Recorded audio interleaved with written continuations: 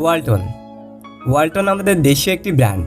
বিগত কয়েক বছর ধরে তারা বেশ কয়েকটি ভালো স্মার্টফোন লঞ্চ করছে। ঠিক তারই ধারাবাহিকতায় এবার তারা লঞ্চ করলো ওয়ালটন NEXG N71।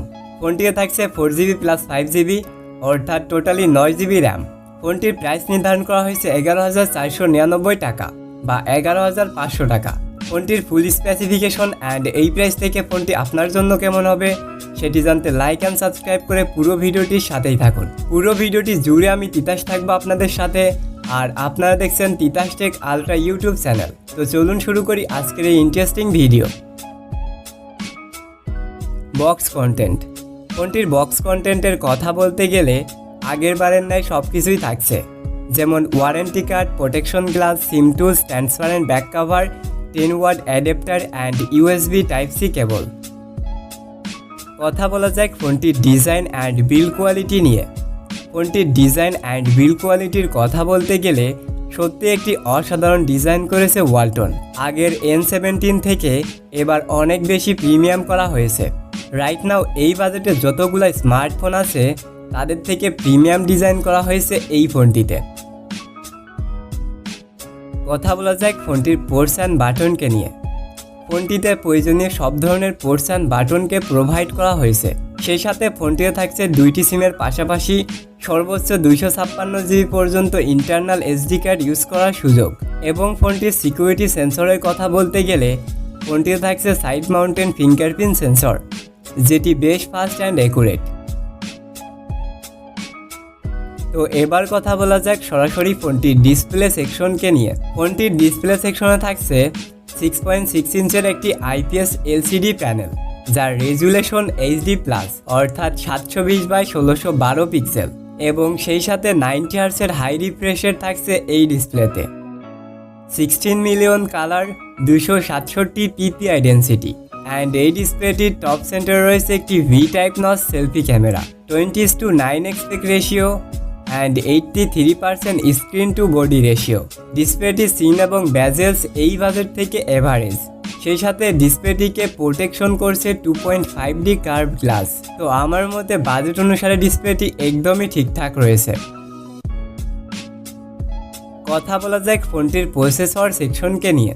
ফোনটির প্রসেসর সেকশনে থাকছে UniSoC T606, যেটি 12 ন্যানোমিটারের একটি অক্টোকর চিপসেট, যার GPU-তে রয়েছে Mali G57।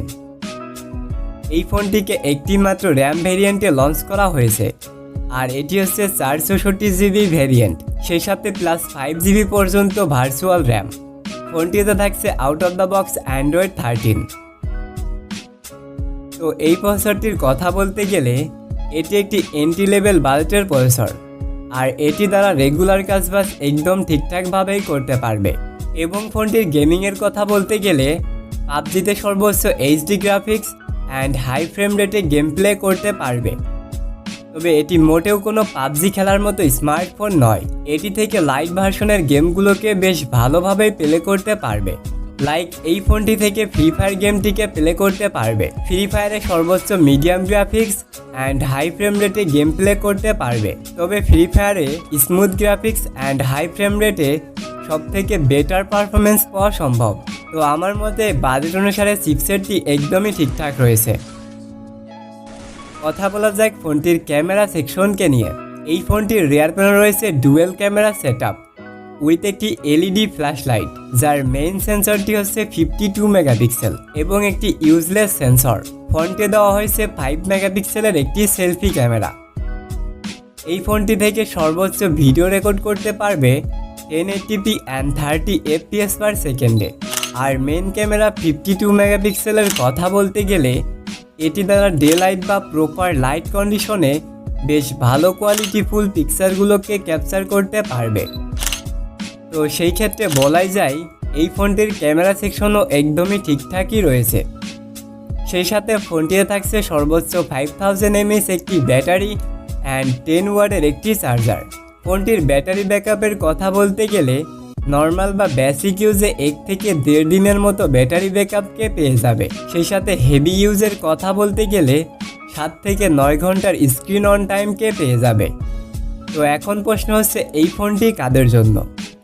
তো আপনি যদি এই বাজেট থেকে একটি নর্মাল কাজবাজের জন্য স্মার্টফোন নিতে চান, সেই সাথে টুকটাক গেমিং করতে চান, তাহলে এই ফোনটি আপনার জন্য। আর যদি আপনি এই বাজেট থেকে হেভি ইউজার হয়ে থাকেন এবং 7-8 ঘন্টা গেমিং করে থাকেন, তাহলে এই ফোনটি আপনার জন্য মোটেও কাম্য নয়। তো এইটি ছিল আজকের ভিডিওটি ভালো লাগলে অবশ্যই একটি লাইক করবেন। এই ভিডিও সম্পর্কে যে কোনো ধরনের মতামত কমেন্ট বক্সে প্রোভাইড করতে পারেন। আর সম্পূর্ণ ভিডিওটি দেখার জন্য অসংখ্য ধন্যবাদ। Thanks for watching.